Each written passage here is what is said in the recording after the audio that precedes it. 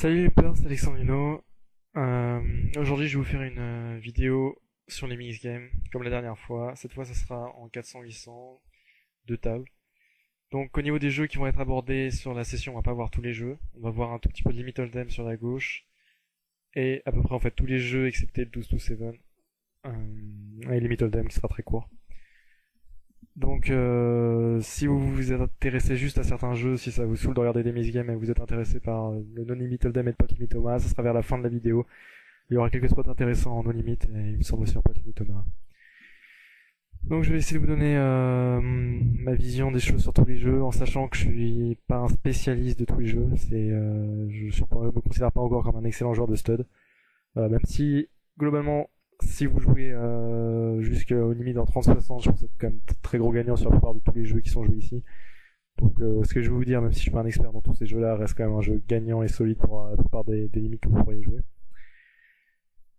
Et donc voilà, en espérant que je puisse vous aider surtout, et évidemment si vous êtes aussi un joueur de mix game à des limites inférieures, ça sera très utile.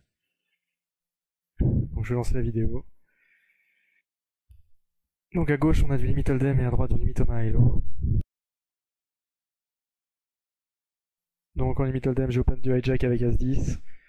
Je c-bet. En Limit Hold'em, on va c-bet à peu près 100% du temps. Il y a certains spots où on peut ne pas c-bet, mais honnêtement, moi-même, je ne maîtrise pas encore assez bien le jeu pour rentrer dans ces détails-là. Je ne veux pas faire d'erreur en c-bettant 100% en Limit Hold'em tout le temps. Donc, juste c-better tout le temps, c'est une stratégie assez simple, basique, qui marchera bien. La petite blinde à attaquer sur ma grosse blinde, je 3bet3 dame pour value. C'est un 3bet standard, je c-bet le flop. Là, toujours pareil, on c-bet systématiquement.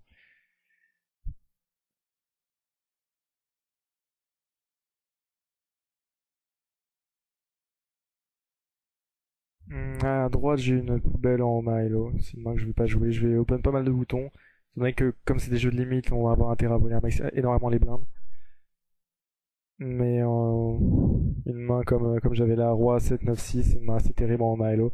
Ce qu'il faut voir dans la catégorie des mains qu'on va jouer en Milo, on va jouer dans les early position, on va jouer assez solide. On va jouer soit des très très bonnes mains de high, comme Roi, Roi, Dame, Valet, des très bonnes mains de pilo. Soit des mains qui peuvent gagner le pot, qui peuvent faire un bon lot, donc des mains qui vont souvent comporter As-2, As-3 dans la main. Mais quand on arrive en late position, évidemment les ranges vont être plus wide, donc on va essayer d'avoir des mains on va toujours s'être orienté vers ça. Il va falloir soit avoir une main qui a une bonne potentiel de high, soit une main qui peut quand même prendre le lot. Donc c'est pour ça que des mains comme les mains pièges à pas jouer, c'est comme une main par exemple 7, 8, Valet Dame, c'est une main vraiment mauvaise en high low, parce qu'on a un 7 et 8 qui a un potentiel de low très très faible, qui va souvent être très mauvais. Le high est pas terrible, donc c'est une main vraiment pas terrible à jouer. En Milo, les mains qui comportent souvent des 9, des 10 sont les mains qu'on va pas jouer. Car souvent un 9 ou un 10 aura un potentiel de high très limité. Et aura souvent besoin d'un 8 ou d'un 7 pour faire des straights ou quelque chose comme ça. Et donc si on veut faire une straight par exemple avec une main qui comporte 9 et 10, c'est-à-dire qu'il y aura un lot sur le board et donc on va gagner que la moitié du pot.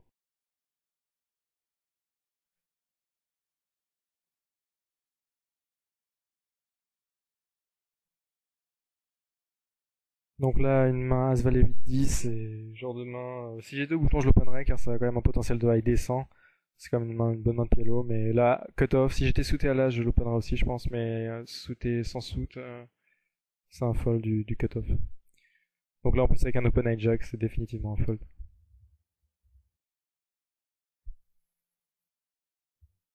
Les joueurs qui sont à ma table en 400-800, c'est assez spécial en fait. Les tables de high stake miss game, c'est un peu des tables un peu comme des tables de live. La plupart de ces joueurs-là sont tous des joueurs de live assez connus.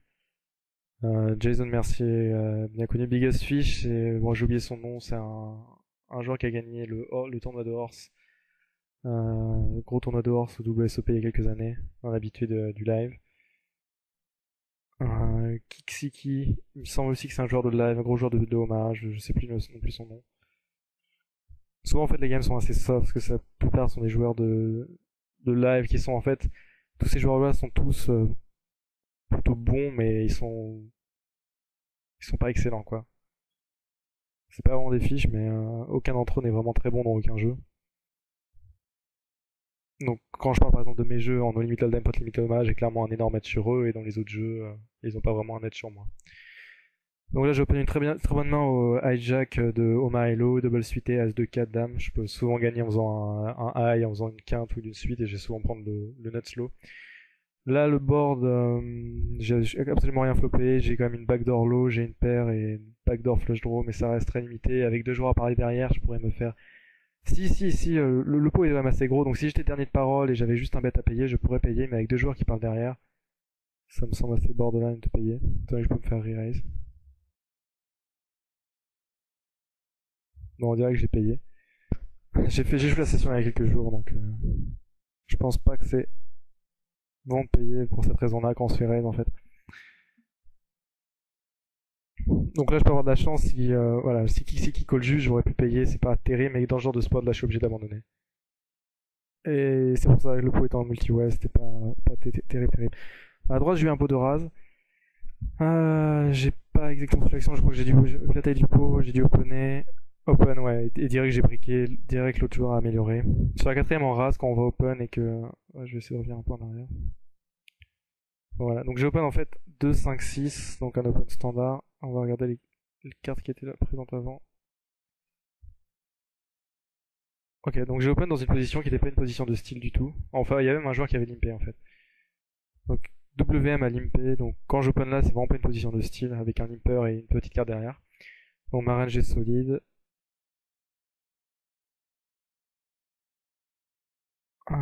Jason Mercier a sûrement foldé. Et donc WM a payé. Donc la range de WM pour avoir limpé son as, ça va être sûrement un mauvais, genre un genre A8. Mais dès qu'il touche le 6, même si j'étais devant à la troisième, je suis une bien meilleure main que lui. Je dois folder tout de suite. Le pot est encore très petit, il fait que 1500. Mon equity, je suis terriblement dès le moment où je touche une grosse carte et il touche une petite carte, on doit folder tout de suite.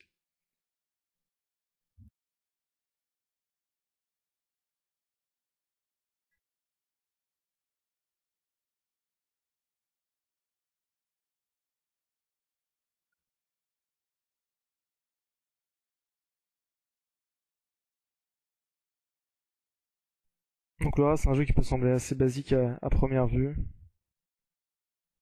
Mais en fait, c'est un jeu où les gens font beaucoup d'erreurs, hein.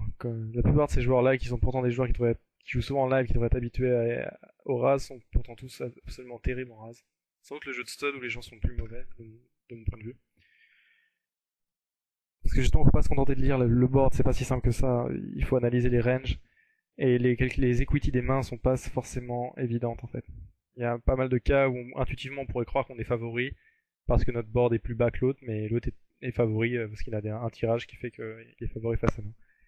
S'il y a des spots, j'espère dans la vidéo, je pourrais donner des exemples d'equity. Ouais, donc il suffit pas de se contenter de lire le board. Et il y a aussi beaucoup de complexité en fait quand on joue entre plusieurs joueurs décents sur les late positions, il y a des styles et des restyles en rase. Car les ranges deviennent beaucoup plus larges et la lecture et la connaissance des equity devient très importante. À gauche, j'ai open UTG, les rois, et je touche top 7, donc c'est pas très dur. Je vais évidemment miser pour value. Là, j'ai un petit problème. Ça va pas poser. Donc je mise top 7. Pas grand chose à commenter. Snack évidemment à pas slow play dans un jeu de limite, y a pas vraiment de raison. Je décide de re-raise tout de suite, faire payer au maximum les draws, pas besoin de slow play. Ma main, même si elle est très forte et reste fragile face à un tirage.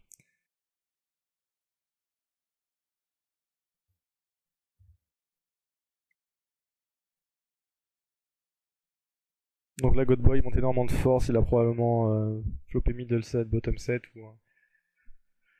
ou peut-être rap de quinte avec top 2, quelque chose comme ça.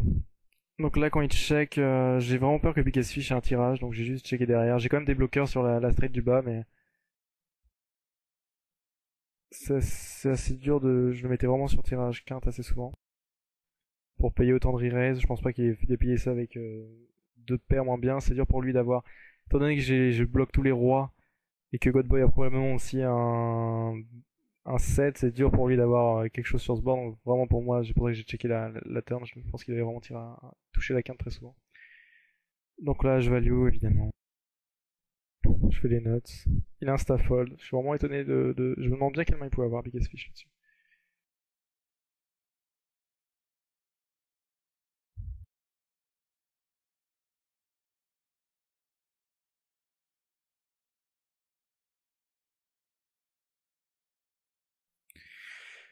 Donc oui, Godboy avait bottom set.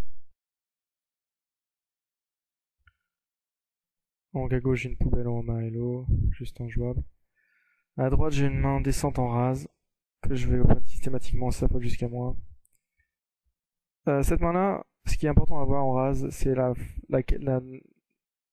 8 de 3, ça peut être la même chose que 3 de 8 dans ce spot par exemple.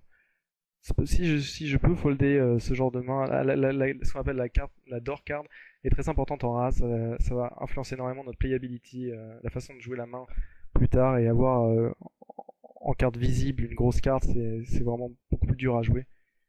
Et on va devoir folder beaucoup plus, c'est beaucoup plus simple de jouer ce genre de main. Car l'adversaire peut pas jouer parfaitement contre notre range.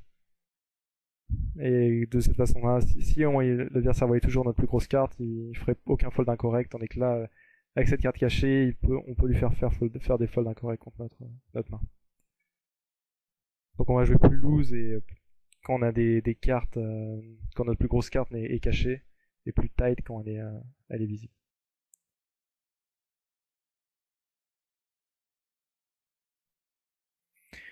Un exemple à droite en rase, que l'un adversaire a touché un roi, l'autre adversaire a touché une dame, ça n'a aucune importance en rase, c'est des briques. À partir sur la quatrième, si vous touchez un valet ou plus, ou vous paierez, c'est briques, c'est juste équivalent. La seule différence qu'il peut faire en fait, c'est que ça va inverser la position du joueur, étant donné que, par exemple, si le 7 et le 6, si là c'est ce qui est arrivé là, le 7 devait parler en premier. Mais lorsque l'autre touche le roi, c'est inversé, c'est le roi qui va parler en premier. C'est la seule chose qui change en fait, les deux briques totalement. Ça n'a vraiment aucune importance. Si c'est entre très très bons joueurs, l'utilisation de la position. Ce serait que dans le cas où les ranges sont à peu près pareils. À gauche, j'ai un spot délicat en Milo. J'avais les rois double suités, j'ai foldé. Il y a eu un open, du hijack et un re-raise. C'est juste pas une main jouable. Multi-way, à part si flop top 7. Je vais aussi avoir en Milo et même dans tous les jeux de Oma, avoir des tirages couleurs dominés, c'est vraiment pas une bonne chose dans les pots multi-way. Donc des rois double suités, ça n'a vraiment pas une grosse value en Oma et Elo dans un pot multi-way qui a été raise et re-raise pré-flop. À droite on passe en stud high. Sans doute mon jeu où je suis plus faible par rapport à ses adversaires.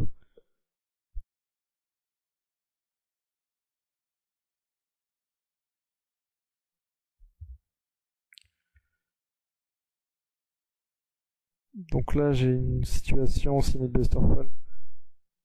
J'aurais pu style, ça va dépendre de Biggest Fish. Si Biggest Fish est un joueur très tight qui me playback jamais, j'aurais pu open avec madame, même avec absolument rien du tout dans mes cartes cachées.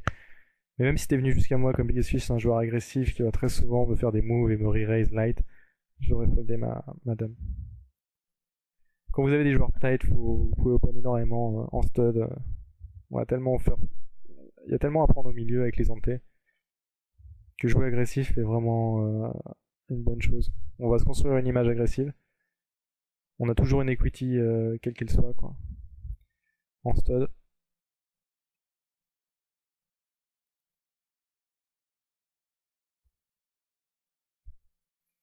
Et quand vous avez des bons joueurs de stud derrière vous qui vous re-raise, re-steal systématiquement, on n'a pas le choix de jouer plus tight.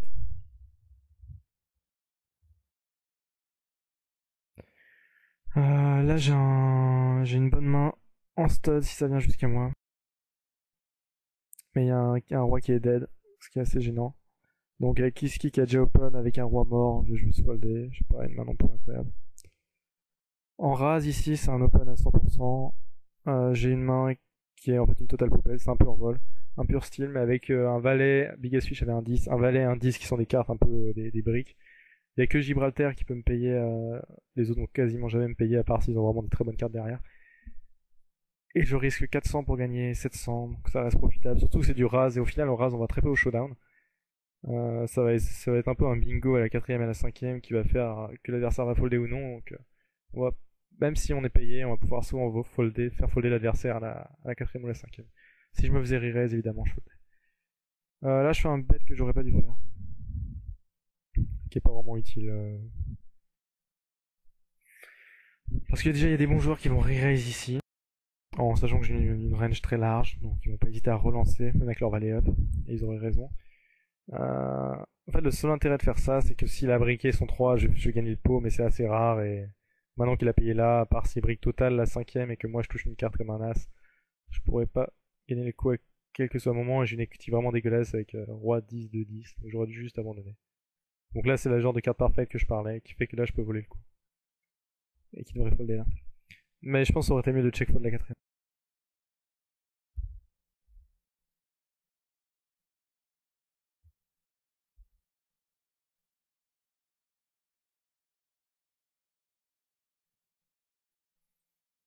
Là, j'ai As-4 caché, c'est une bonne main à défendre. Contre Godboy qui va sûrement open en rase. Donc il est dans une situation de style, il va ouvrir 100% de ses mains. Avec les codes que j'ai 300 pour jouer un pot à 1300. Donc évidemment, c'est un call, je suis face à sa range, j'ai largement les cotes. Je touche un 2. Donc là, c'est un re-raise en fait. Parce qu'il va miser, la plupart des joueurs dans les parties agressives de high stake vont se miser systématiquement ici, en se disant que j'ai une dame up. Et donc vont faire un bet incorrect, et donc assez souvent avec une main, avec une range assez faible. Donc je raise pour value ici. En plus, raiser ici avec une dame up, ça va induire énormément de spew de la part des adversaires. Les joueurs vont re-raise. Je vois énormément de joueurs re-raise ici avec absolument rien derrière. Ce qui est complètement stupide. C'est pas comme si c'est un jeu de limite et je suis rarement foldé avec un board comme ça, à part si je brick total. Là, c'est toutes les autres streets. Donc là, il me re-raise. Ah, il touche une très bonne carte avec 5ème, mais généralement je fold pas dans ces spots là. Parce que je sais que les gens spew énormément ici. Je décide de value mon 9 à la river. Apparemment il aurait misé évidemment s'il avait mieux qu'un 9. Donc il avait sûrement spew totalement dans ce spot encore une fois. Ou peut-être il a juste péré, il avait pas spew, il avait un tirage des 100 mais il a complètement péré, c'est aussi possible.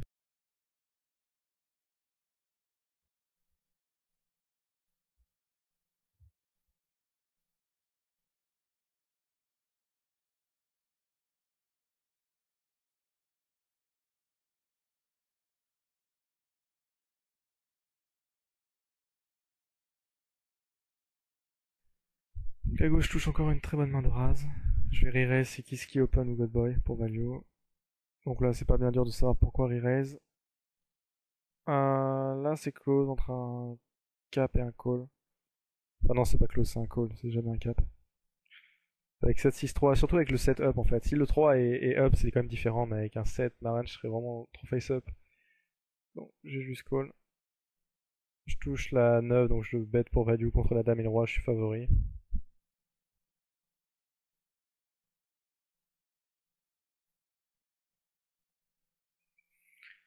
Je suis toujours largement favori avec un 9-8 fait. Qu'est-ce qu'il peut payer ici, mais il faut savoir il peut draw dead. C'est assez dur pour lui de payer ici. Hein. Bon, ouais, il lui faut quand même deux bonnes cartes. Je sais pas ce qu'il a open, mais il peut quand même draw dead assez souvent. Quoique avec un 9-8-7, ouais, il suffit qu'il ait un 8-6. Bon, ça reste quand même assez dur.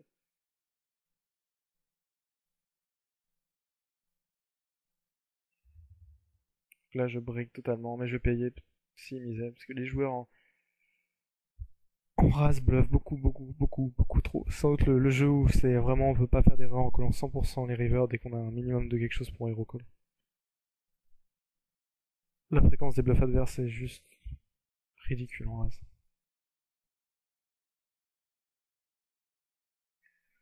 À droite, on est passé en stade ILO, donc un jeu où c'est important de jouer très tight. Faut vraiment faire attention à pas surjouer. La principale erreur qu'on voit en stade ILO, c'est de surjouer des mains comme 8-6-2, qui est une main de rase et pas une main de. Vous jouez, c'est une mauvaise main de rase et qui a très peu de chances de faire des high, par exemple. ou de jouer des mains comme Dame Roi 10 unicolore, qui sont des mains qui sont même pas faites pour le high, ils doivent draw pour un high, souvent vous allez vous battre pour draw pour la moitié du pot.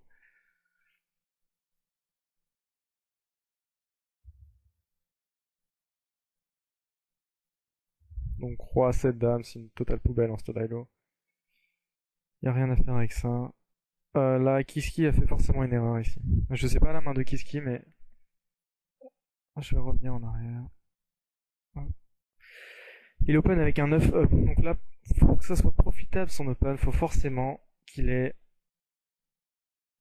une main comme As-2 de cœur caché, ça pourrait être profitable. Ou une overpair, paire de roi, même paire de dame, paire de valet, c'est un fold. Je veux dire, c'est juste impossible quoi. Cette main-là, mettons qu'il est par exemple paire de roi et quasiment en flip, contre une main comme As de 3. Donc imagine avec 3 low cards derrière, 4 low cards derrière, c'est-à-dire que si une seule de ces malins a cette carte là, il est en flip. Plus la proba qu'avec les 5 cartes derrière lui, que quelqu'un ait une overpair contre laquelle il est pas en flip, il est complètement crush. Plus le fait que la pliability de sa main est très, très difficile à jouer. Je veux dire, s'il a open ici une paire de 9, c'est vraiment une très très grosse erreur.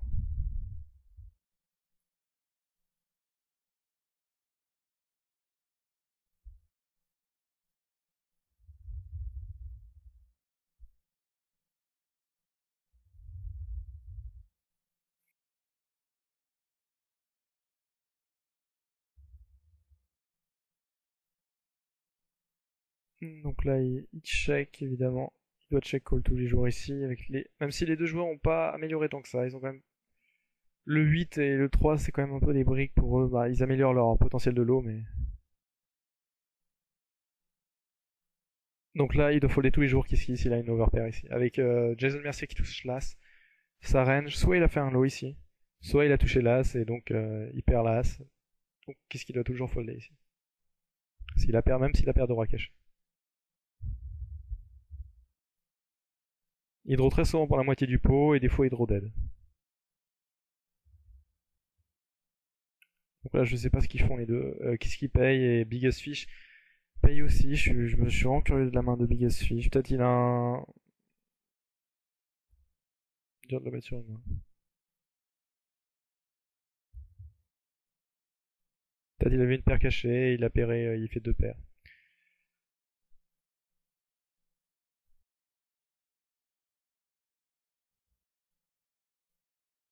En stud à gauche, j'ai une paire d'as.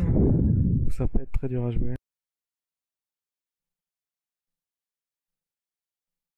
Re-raise pour value. Pas besoin de s'il te plaît. Surtout qu'ils sont assez masqués avec un 7. Avec un 7 up. Donc Jason Mercier fold. Il avait sûrement dû briquer totalement. Il a dû jouer un peu n'importe quoi. J'ai aussi vu Jason Mercier jouer des mains absolument incroyables en Stodilo. Peut-être qu'il a joué absolument n'importe quoi. Donc à gauche, le pot s'enflamme pas mal.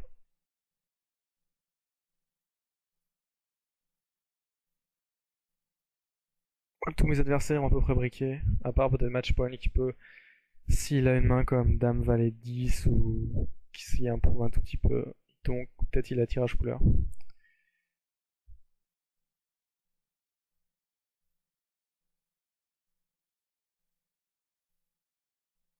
Donc je continue à miser. Il insta-raise ici. Wow, j'ai insta 3 bêtes. Je suis assez étonné que j'ai fait ça. Je pense pas que ce soit profitable de 3 bêtes ici et insta 3 bêtes ici. Je pense que c'est une erreur. Ah, il était quasiment en ligne, c'est pour ça que j'ai fait ça. Ok. Donc, bon, ouais. J'ai pas vraiment eu de chance ici. Donc il a un peu fait n'importe quoi à la quatrième en donkant sur son 8. Je sais pas trop pourquoi il a fait ça. Mais bon, en même temps, il était très short. Donc c'est pas vraiment gênant. Donc il fait straight. Pas grand chose à dire. À droite, j'ai une bonne main de Stodilo aussi, 5-4. Une main que j'ai intérêt à jouer multi-way. On a des bonnes implied.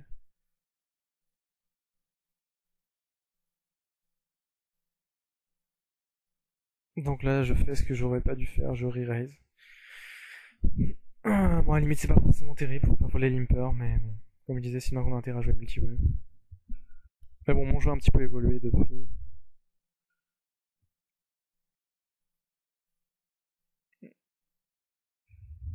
Bon, après, mettre beaucoup d'argent préflop avec cette main-là, c'est jamais une erreur. C'est une très bonne main. Donc je brique totalement.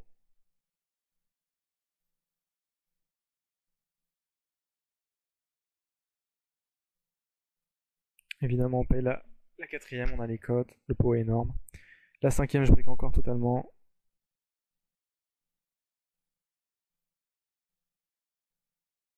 Mais du coup, Big Switch qui représente une grosse paire. J'ai les codes pour toucher deux paires. Vu la taille du pot. Le problème est que je draw pour faire deux paires, et s'il a déjà deux paires, je draw quasiment dead. En plus, avec un 5 qui est mort.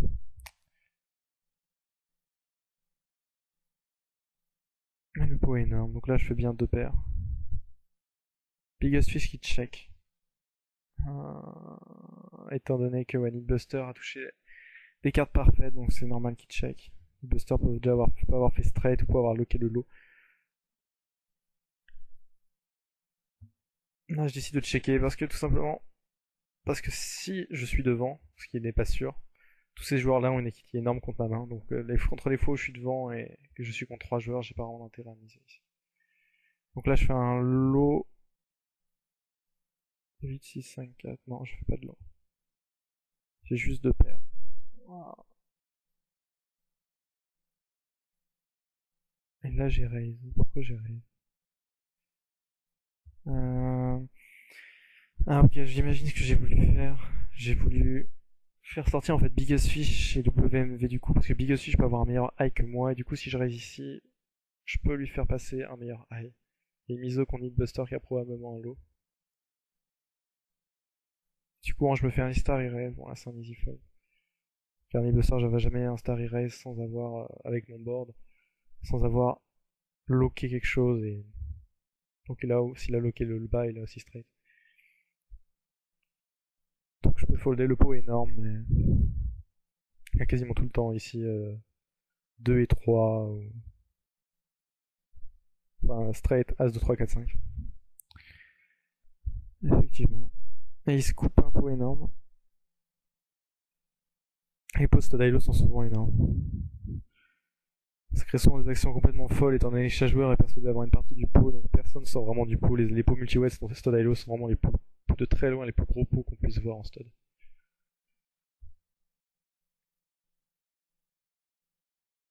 Donc là j'ai une très très bonne main en Stod Ailo. Enfin, très très bonne main. Non, disons qu'en fait elle a la force d'être déguisée. Et ça c'est assez important. Ça va permettre vraiment d'évaluer d'être très très fine. Le seul problème en fait dans la main, c'est que. Alors, le seul problème, c'est qu'il y a un roi derrière moi, mais ça reste marginal. Bon, bah il shove ce qui lui reste. Donc là, le valet paye, donc ça c'est très bon pour moi. Il a probablement très très souvent une paire de valets. Quoique en même temps, est-ce qu'il aurait payé l'over-raise? En même temps, la range de WM est wide. Et Kiski est pas un bon joueur de Stodilo, donc je sais pas trop sa range. Il peut avoir une paire de valets, il peut avoir beaucoup de choses quand même. Donc là, je le re-raise pour value.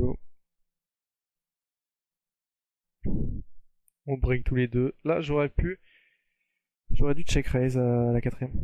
Je fais une erreur en misant. Étant donné que je représente un tirage bar, et il aurait sûrement misé si je checkais. Et un check raise à la quatrième aurait été mieux.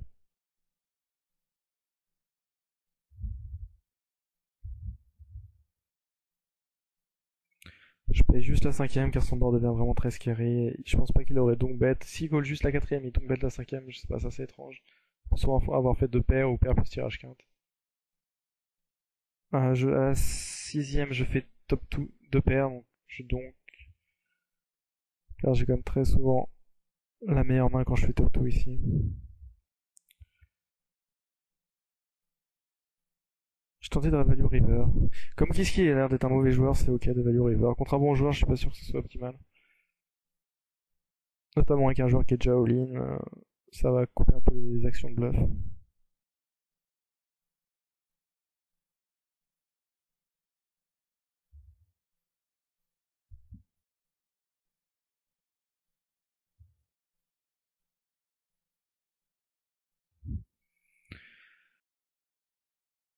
Ce qui était intéressant de voir aussi que je pouvais être assez confiant avec ma main durant tout le long en ayant paire de dames, c'était des bloqueurs sur sa possibilité pour lui de faire straight. Donc qu'est-ce qu'il m'a payé? WMA, scoop le pot en faisant le side pot, en faisant flush. Après on passe à No Limit Hold'em. Mon meilleur jeu de tous de ces 8 jeux.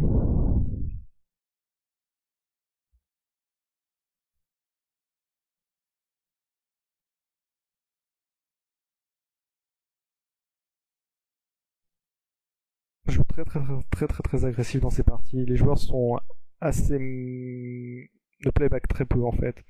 Je joue extrêmement loose agressif, je peux quasiment tout le temps. Je 3 bet énormément. Pour vrai, personne ne réagit à ça.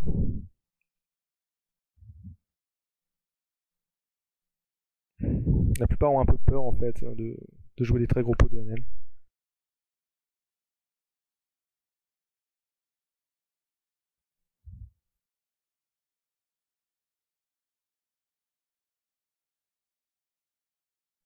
Donc là je fold juste.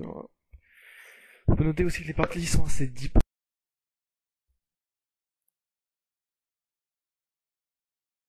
Ce qui est une bonne chose pour moi.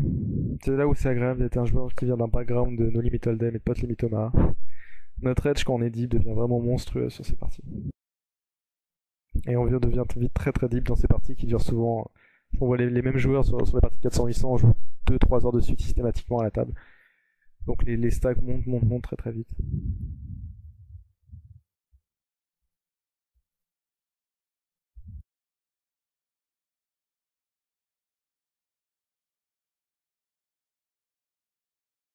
Donc j'ai pas vraiment une main jouable depuis tout à l'heure.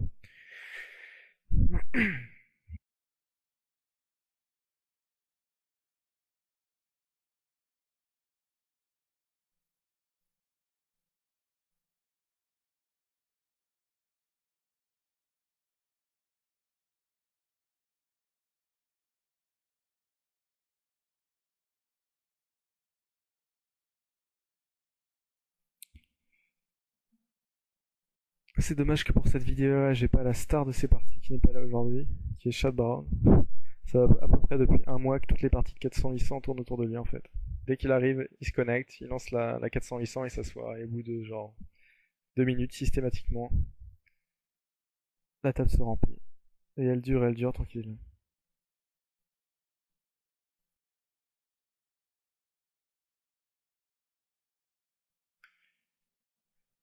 Paire de dames en Stodilo, une attaque, je suis très loin devant sa range de Brigin. Et je vole les hantés.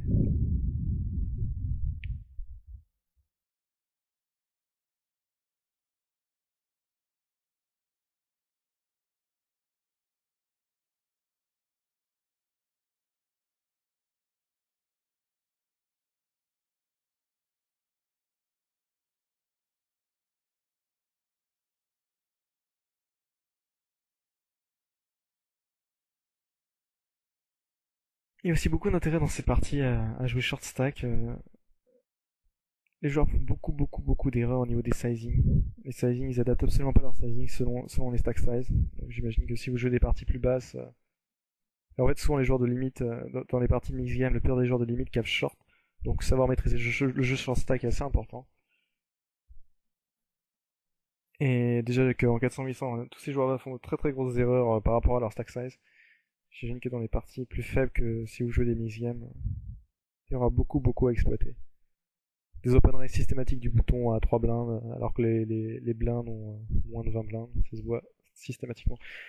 Ici avec les âges, j'ai décidé juste flat call. Matchpoint est très short et un très mauvais joueur de no limit. C'est un joueur qui joue quasiment jamais en no limit hold'em, c'est un joueur de limite, de jeu de limite. Donc je suis assez confiant pour le stack off dès qu'il fait une top pair systématiquement ou dès qu'il fait quelque chose de décent. Plus c'est un joueur capable de folder quelques mains parce que ça montre quand même beaucoup de force. J'ai toujours pas montré beaucoup d'agression à la table. Ça montre quand même beaucoup de force de 3 bet UTG plus 1, plus la possibilité d'un 12 des squeeze. Imaginons que Kiski a une paire de dames. Ça peut être intéressant avec les stack size de lui revenir dessus. Donc j'ai décidé de slow play les as ici.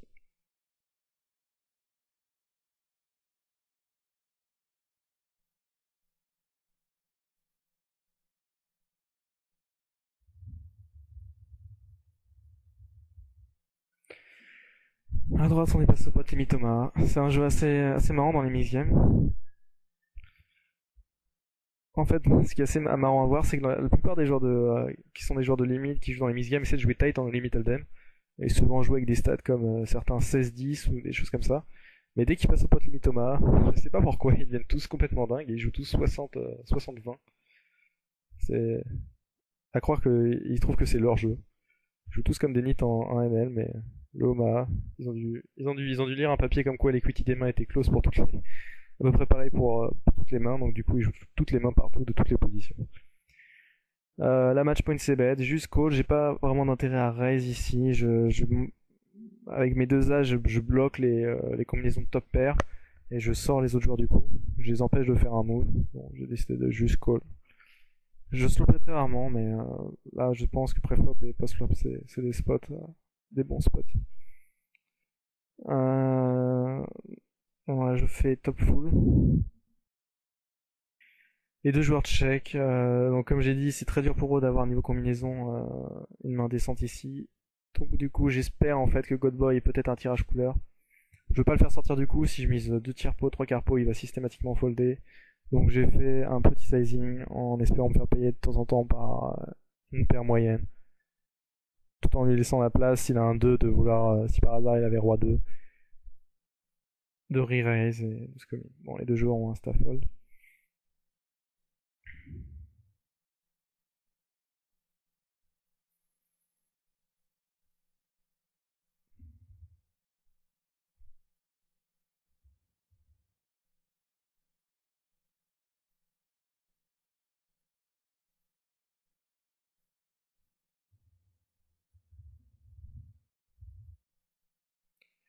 Donc la Gold Boy Open, un des principales ligues des joueurs que je vois dans les parties de mix game, ils jouent trop loose dans les blindes. Ou open, un peu comme en limit hold'em. En limit hold'em, on a une range d'open de 60-70%, plutôt 70% de la petite blinde contre la grosse blinde.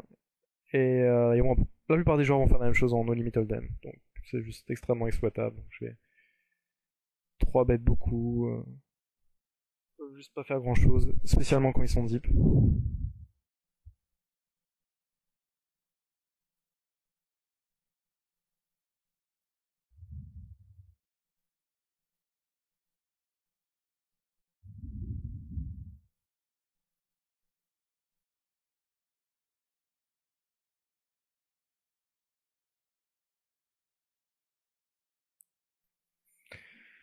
Donc là j'ai des bonnes poubelles des deux côtés, pas grand chose à faire avec.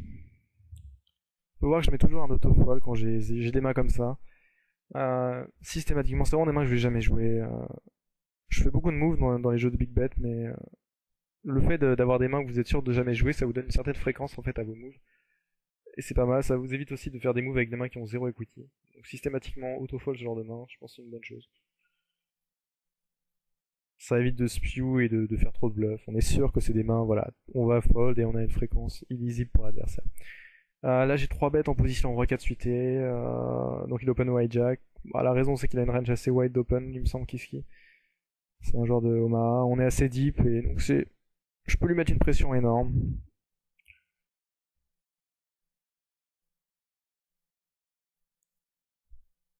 C'est une main qui joue assez bien deep. J'aime bien avoir des suits élevés quand il y a de la profondeur. Il y a toujours une bonne equity quand on semi-bluff. Avec un roi qui me donne souvent 3 as pour une over.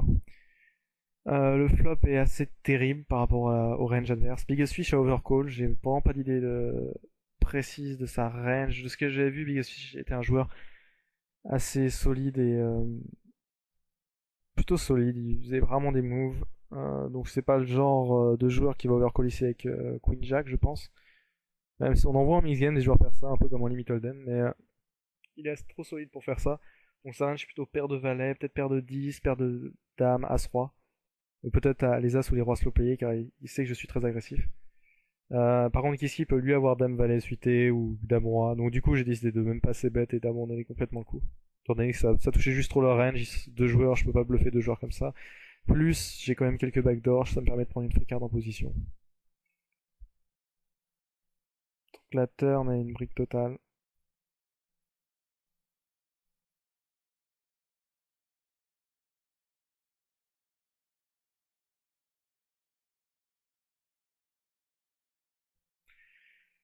Les deux joueurs tchèques, donc ils montrent clairement de la faiblesse. Les deux ont probablement pas Big Fish a probablement pas top 7 ni paire de dames. Il peut plutôt, là je mets plus sur As-Dame, peut-être As-Valet qui joue en pot contrôle, peut-être paire de 9, je sais pas, et qui a probablement pas mieux que Dame-Valet.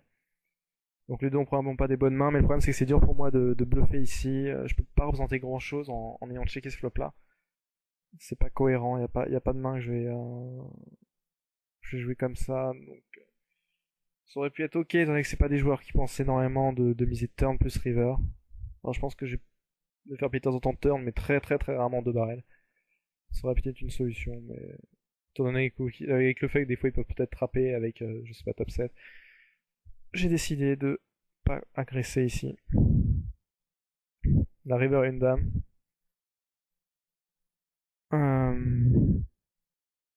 C'est plutôt une bonne carte à buffer.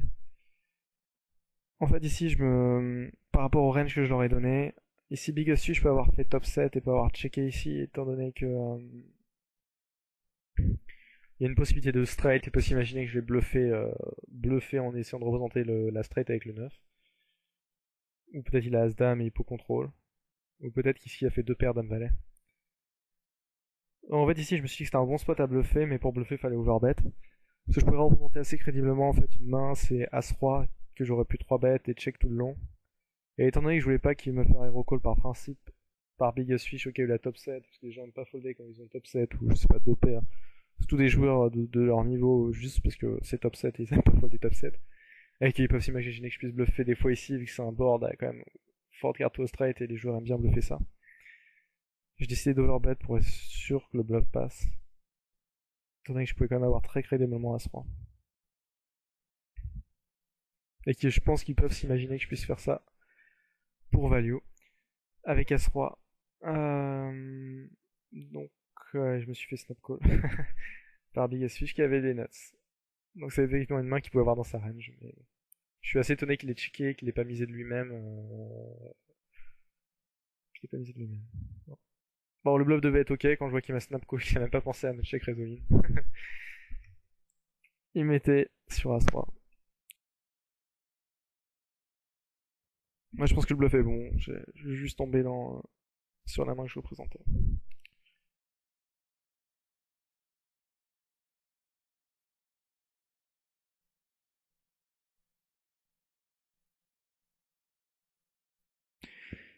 Gibraltar squeeze avec un sizing assez intéressant vu son stack size. Bon, globalement, il va jamais bluffer ici, mais un tiers de son stack ici, donc c'est vraiment un easy fold avec Roi Valet. Pas de raison d'aller gamble.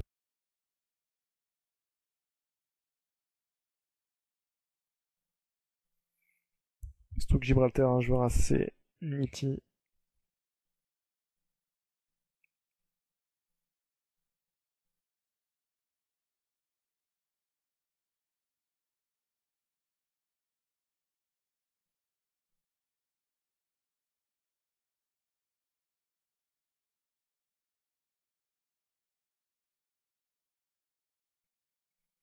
Oui, comme je disais, en bas, les joueurs jouent extrêmement loose.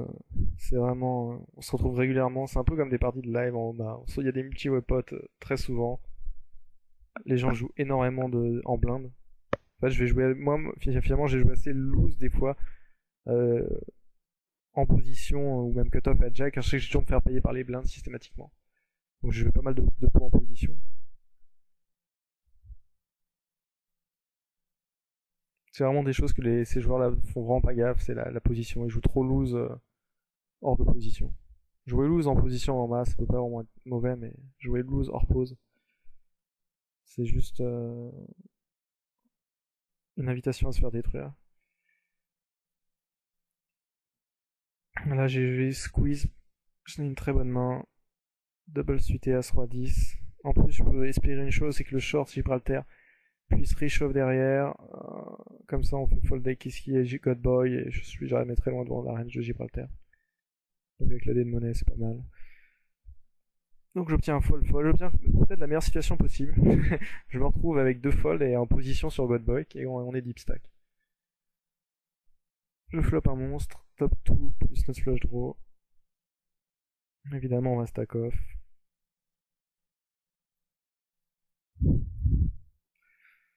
Malheureusement, il fold sur ses bêtes.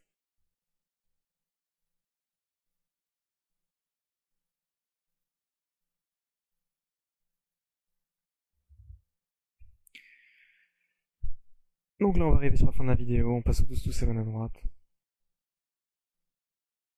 Donc si vous voulez voir du 12-7, je vous invite à voir ma vidéo que j'ai fait en 12-7 en 15-30, il me semble. Ah, il y a aussi une vidéo de Balmix qui a faite si vous êtes encore plus débutant. Donc voilà, je vais m'arrêter là pour la session de mix game. Donc bon, laissez-moi des commandes si vous voulez plus en détail sur sur un des jeux, ou si vous voulez revoir du mix game, ou si vous en avez assez vu et vous voulez voir autre chose, revoir du No Limit Hold'em ou du Pot Limit Home. Donc voilà, c'était Alexandre Lino pour Limpers. Bye bye.